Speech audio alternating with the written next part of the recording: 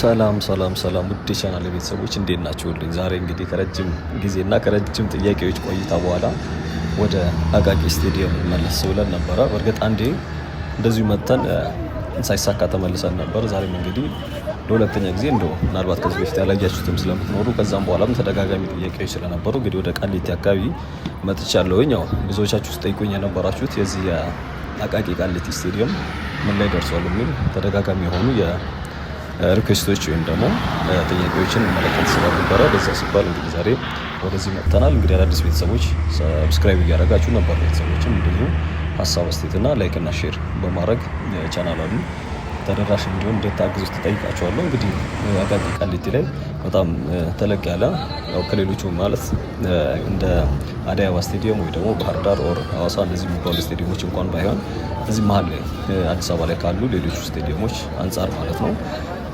ትልቅ የሚባል አይነት ስቴዲየም አይደለም። 20 ሺህ ህዝብ ተመልካች ማስተናገድ የሚችል አይነት ነገር ግን የፊፋና እንደዚሁም ደግሞ የዓለም አቀፍ የአትሌቲክስ ፌዴሬሽኖች ደረጃ በዛ ደረጃ ማሟላት የሚችል ስቴዲየም እዚህ የሚገነባው እንግዲህ የተነሳንበትም እዚህ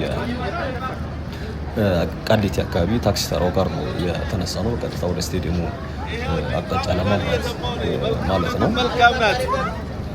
እንግዲህ እዚህ የሚሰራው ስቴዲየም ያው ረጅም ዓመታትን በጣም ተጓግቶ የነበረ በእርግጥ ከዛ በኋላ ዲዛይኑ ተሻሽሎ እንደገና በተሻለ ጥራት እንዲሰራ ሲባል መልሶ በጀትም ተጨምሮለት እንደሚታወቀው 500 ሚሊዮን ብር በጀት ተደርጎለት ነበር። ዲዛይኑ እንደገና ተሻሽሎ 20 ሺህ ተመልካችን ማስተናገድ እንዲችል ተደርጎ 1 ቢሊዮን ብር በኢትዮጵያ ብር ማለት ነው በጀት ተደርጎለት በሀገር ውስጥ ተቋራጮች እየተገነባ የሚገኝ ነገር ግን የዚህ የጣሪያውና እንደዚሁም ደግሞ የመሮጫ ትራኩን ወይም ደግሞ የስቴዲየሙ የመሮጫ ትራክና የመጫወቻ ሜዳዎቹ ግን በዓለም አቀፍ ልምድ ባላቸው ኮንትራክተሮች እንዲሰራ የተደረገ ስቴዲየም ነው። በእርግጥ ብዙ ዓመታትን ቆይቷል። ስቴዲየሙ እንግዲህ ወደ 2017 ወይም ደግሞ 2017 አካባቢ የተጀመረ ስቴዲየም ነው።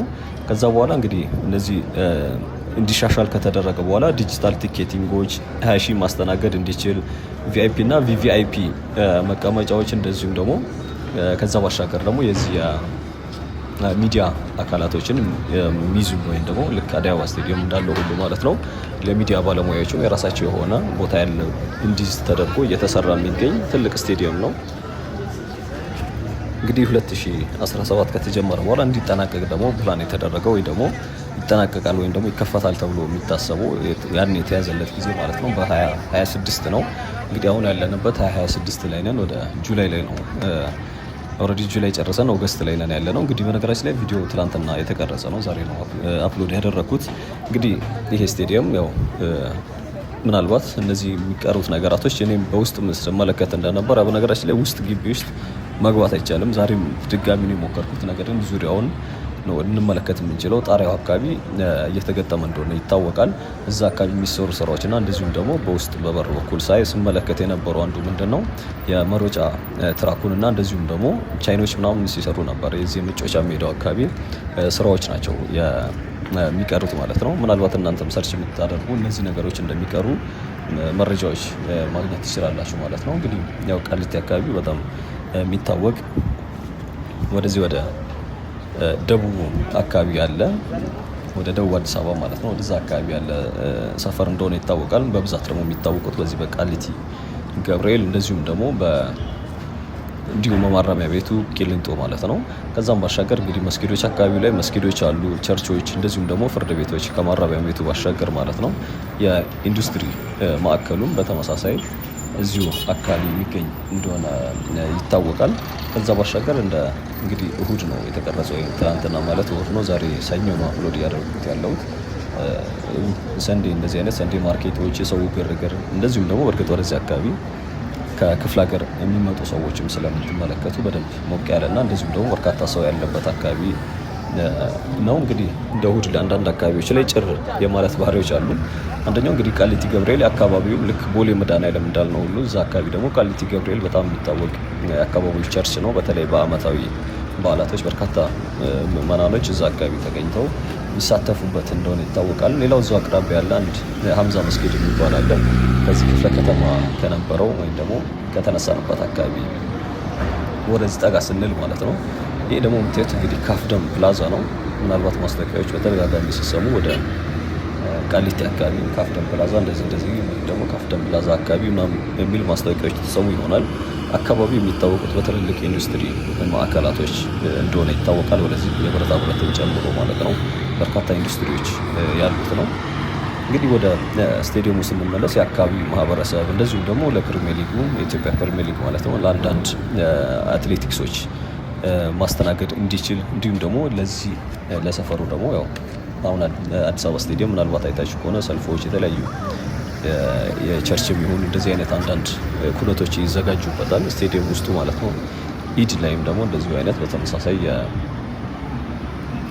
አመታዊ በዓላቶች እዛ እንደሚስተናገዱ ወይም ደግሞ እንደሚካሄዱ ይታወቃል። ይሄኛውም ደግሞ ሞር ወደዚህ አካባቢ ላለ ማህበረሰብ እንደዚህ አይነት አገልግሎቶች ማለት መንፈሳዊ ሆነ ወር እንደዚህ የሚባል ነገር ሳይሆን ጀስት ለአካባቢው ማህበረሰብ ለኩነቶች ማዘጋጃ እንዲሆን ተደርጎ ፕላን ነው የተደረገበት። አንዱ ዓላማ እሱ ነው። እንግዲህ መጀመሪያ ለዚሁ ለሰፈሩ ብቻ ታርጌት ያደረገ አይነት አገልግሎት እንዲሰጥ ነበረ የተደረገው። በኋላ ላይ ግን መልሶ በጀቱ ከተጨመረ እንደዚሁ ደግሞ ካፓሲቲው እንዲጨምር ተደርጎ መልሶ እንደ አዲስ ነው የተጀመረው ማለት እንችላለን። ኦልሬዲ ነገር ግን ያው ብዙ አመት ሆኖታል ከተጀመረ። አሁን ላይ ያልኳችሁ በቃ የሚቀሩ እነዚህ ነገሮች አሉ። እንግዲህ ወረድ ብለን ከዛው ከስቴዲየሙ ፊት ለፊት ማለት ነው ይሄ የፍርድ ቤት አለ፣ የቃሊቲ ምድብ ችሎት ፍርድ ቤት አለ። በሱ ጋር ተሻገረ ብለን በቀጥታ ወደ ስቴዲየሙ ነው የምናቀነው። እንግዲህ አካባቢው እንደምትመለከቱት ነው። ማርኬቶች አሉ፣ ሰንዴ ማርኬቶችን ጨምሮ በርካታ ሰዎች ወደዚህ ወደዛ የሚሉ ትመለከታላችሁ። ያን ያክል ጭር ያለ አይነት አይደለም። በዛው በአቃቂ መስመር ደግሞ ስቴዲየሙን አለፍ እንዳላችሁ ሌላ ቸርች ትመለከታላችሁ። ዙሪያው ጀርባውም ለመመልከት የተወሰነ በር ካለው በሚል በተለያዩ በሮች እየሞከርኩኝ ነበረ። በዛኛውም በስተጀርባ በኩል ያለው በር በተመሳሳይ የሚያስገባ አይነት ምንም እንትን የለውም። ያው ዙሪያው የስቴዲየሙ ዙሪያ ማለት ነው ልክ እንደ አዲስ አበባ ስቴዲየም ሁሉ እዚህኛውም ይሄ ኦልሞስት 2000 ማስተናገድ 2000 መኪኖችን የሚያስተናግድ የፓርኪንግ ስፍራ እንዳለው ይታወቃል። የስቴዲየም ከስቴዲየምነቱ ባሻገርም ማለት ነው። እንግዲህ እንደዚሁ አይነት አጥሩ ዙሪያ ላይ አስፋልቶች አሉ። ከዛም ውስጥ በኩል ማለት ነው በስቴዲየሙ ዙሪያ ላይ ግቢ ውስጥ ማለት ነው በርካታ መኪኖች ወደ 2000 መኪኖች ማስተናገድ ይችላል። እንግዲህ እንደዚህ አይነት እንትኖች ነው ያሉት። በስተጀርባው ደግሞ ትልልቅ ተቋማቶች አሉ። የመከላከያ እንደዚህ የመሳሰሉ ተቋማቶችን ለማየት ችያለሁ። እዛ ከመድረሳችን በፊት ደግሞ ሰፊ የሆኑ ግሪን ኤሪያዎች እንደ ፓርክ ነገራቶች እነዚህ እንመለከታለን።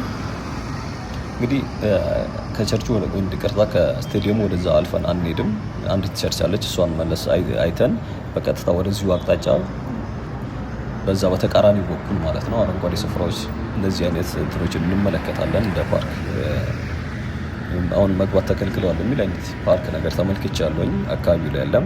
ምናልባት ቸርቿን ደግሞ የምታውቁት ካላችሁ ስሟን ልትነግሩ ይችላላችሁ። ወደ አቃቂ በኩል ያለው የዚህ ስቴዲየሙ ከስቴዲየሙ ቀጥሎ አንድ ቸርች አለ።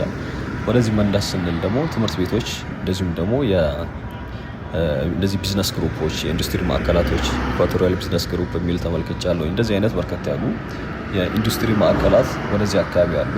አልፈን ያው ወደዚህ ወደ ክፍለ ከተማው አቅጣጫ ወይ ደግሞ ተርሚናሉ ወደዚህ ስንመለስ ያው ተርሚናሉን በቅርብ እንደተጠናቀቀ ይታወቃል። ረጅም ዓመት ሲሰራ ነው የነበረው።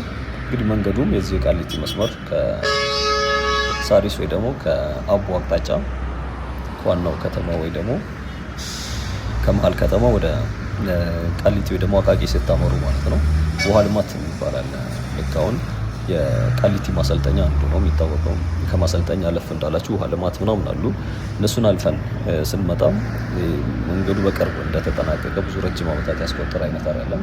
ረጅም ዓመታት ይህ መንገድም አስቸጋሪ መንገድ ነው የነበረው። ምናልባት የተወሰኑ ዓመታት ሆኖታል ከተጠናቀቀ እንጂ እንደ አዲስ የተሰራ መንገድ ነው።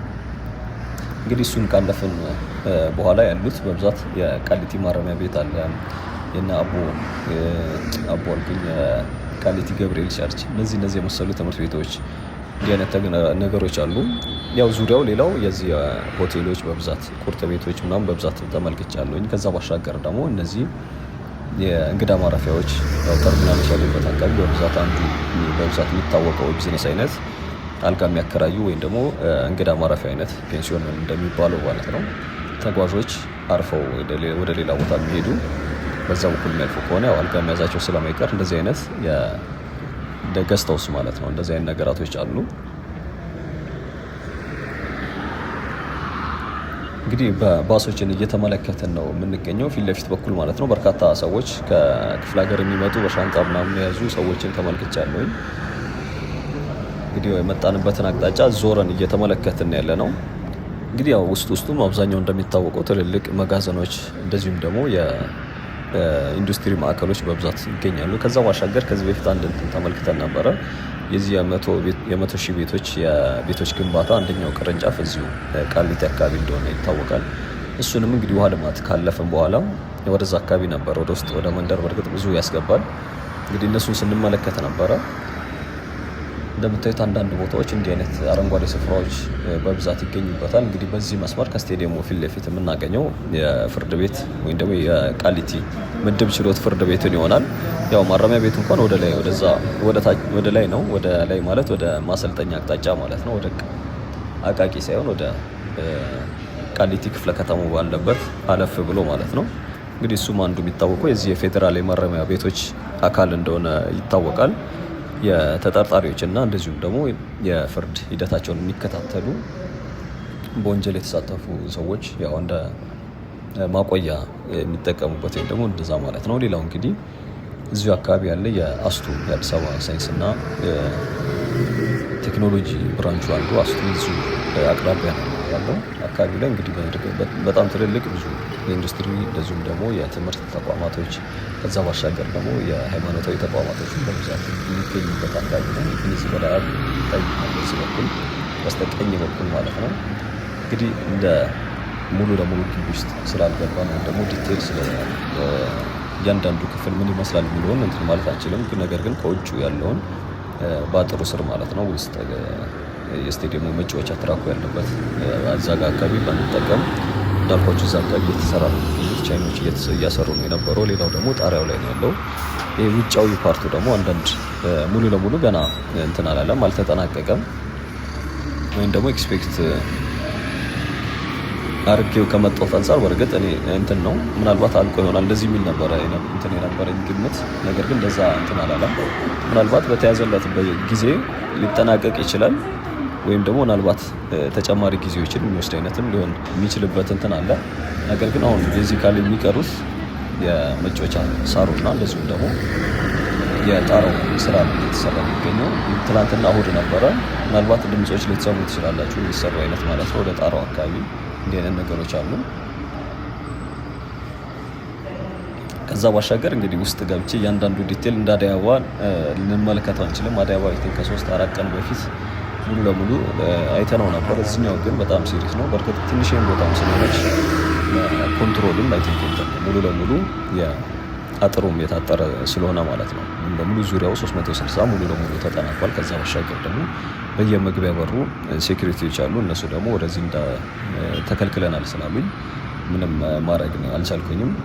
ምናልባት አዲስ አበባም ዙሪያው ሙሉ ለሙሉ ሲያልቅ እንዲህ አይነት የሚከለከልበት እድል ነው የሚኖረው። ለማንኛውም እንግዲህ እስከ መጨረሻው ድረስ እስከ ቻልነው ድረስ የዛሬ እንትናችን የሚሆነው እዚሁ ነው የሚሆነው። አብራችሁ ቆዩ።